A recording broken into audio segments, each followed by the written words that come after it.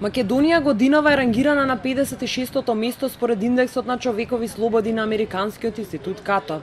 Во споредба со лани, земјава е рангирана на истото место, но има раст на индексни поени. Според дел од експертите, работењето на институциите и надлежните за заштита на човекови права е сведено на минимум. Пасивното однесување е исто така основ да одиме и паѓаме се подолу и подолу.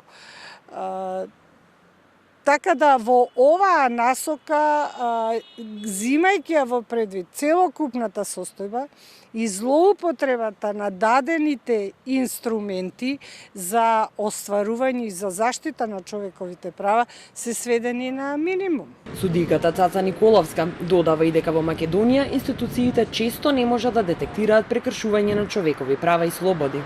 Тука проблемот е околу неутврдување на конкретни состојби или неможност да се утврди и оној баланс кој што постои помеѓу употребеното средство и повреденото право.